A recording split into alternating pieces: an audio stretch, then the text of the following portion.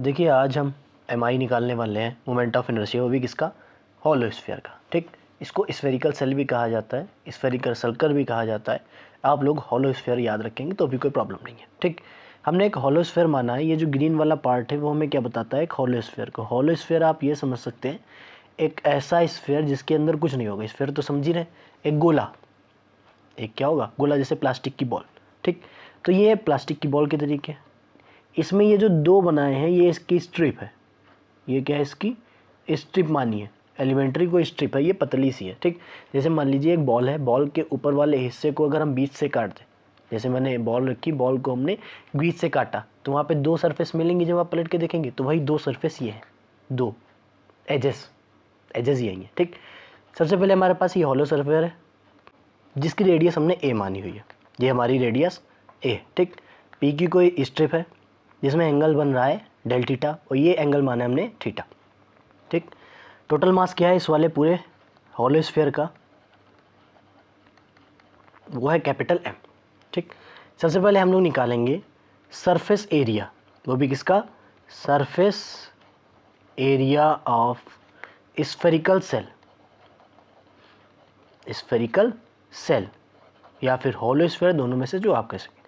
Formula होता है 4 पाई radius का स्क्वायर, ये आगे आएगा मास पर यूनिट एरिया, मास पर यूनिट एरिया क्या होगा, m अपॉन में 4 पाई ए स्क्वायर, ये आएगा मास पर यूनिट एरिया। उसके बाद मानेंगे अपनी strip, let P Q be a strip, नाम क्या है उसका, सॉरी लेंथ क्या है उसकी, देखो एंगल बराबर होता है आर्क अपॉन में रेडियस, तो आर्क कितनी आ जाएगी, ए डेल थीटा। ये चीज़ आपको बताई गई है पहले भी बार बार, थीटा है तो थीटा पी लिखो, फाइव लिख दिया। ठीक, आगे आ जाएगा mass of strip P Q, mass of strip P Q, formula क्या होगा, mass in per unit area multiply by dimension of strip, ये होता है हमारे पास मास ऑफ स्ट्रिप।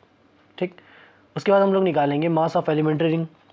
मास किसका निकालना है, एलिमेंट्री रिंग का, वो निकल आया एलिमेंट्री रिंग यहाँ पे, या फिर वो अगला आएगा mass, sorry M I of hollow sphere, क्या निकालना है, M I of hollow sphere.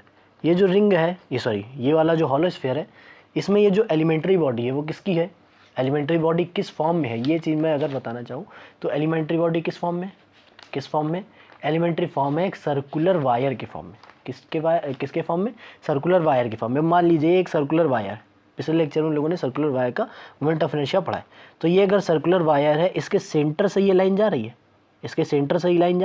तो सेंटर से पास होने वाली लाइन के अबाउट मोमेंट ऑफ इनर्शिया, तो यहाँ पे इंटीग्रेशन होगा M I of elementary body या elementary strip, elementary body about a line passing through the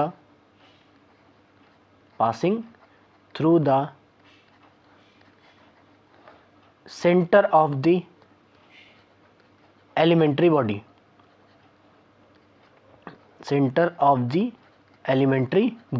वो बॉडी क्या है, सर्कुलर वायर, तो फॉर्मूला होता है, हम यहाँ से यहाँ तक की एक डिस्टेंस मानेंगे, उसको मानेंगे x।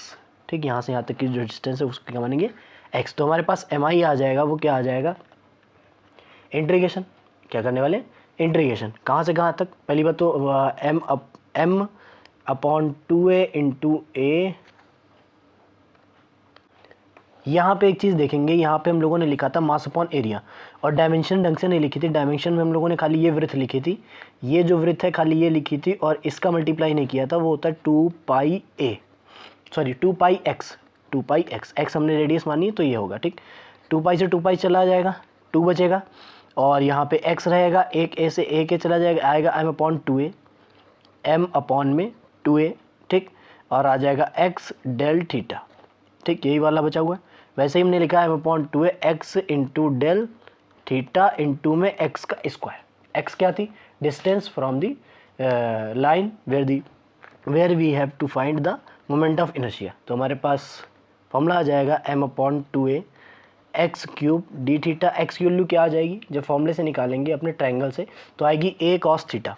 कहाँ से ट्रायंगल से, ये वाले ट्रायंगल से। ये थीटा है, ये एक्स है, यही वाला एक्स यहाँ से अगर परपेंडिकुलर ड्रॉ करेंगे तो इसके बराबर होगा। ये रेडियस है, ये थीटा है, ये बेस है, बेस क्या होता है ए कॉस थीटा, और परपेंडिकुलर क्या होता है ए साइन थीटा। तो हमारे पास ए कॉस थीटा है, ए कॉस थीटा लिख देंगे, तो एम आई हमारे पास आ जाएगा। अच्छा, अब लिमिट लग जाएगी, लिमिट क्या होगी हमारे पास -π/2 से प्लस का π/2। ठीक, ये -π/2 से प्लस का π/2। एक्स की वैल्यू रख देंगे, क्या थी ए क्यूब और कॉस क्यूब थीटा और डी थीटा। ठीक, cos cube theta D theta है हमारे पास। इंटीग्रेशन आपको करना पड़ेगा, उसके बाद जब आप फॉर्मूला निकालेंगे तो हमारे पास फॉर्मूला आता है 2/3ma²। ये हमारे पास इंटीग्रेशन नहीं के इंटीग्रेशन करने के बाद हमारे पास एम आई आता है होल स्फीयर का, वो कितना होता है 2/3ma²। ये किसका होता है एम आई, अपने होलो स्फीयर का, अबाउट द लाइन डायमीटर। ठीक, मिलते हैं अगले एम आई के साथ अगले वीडियो में।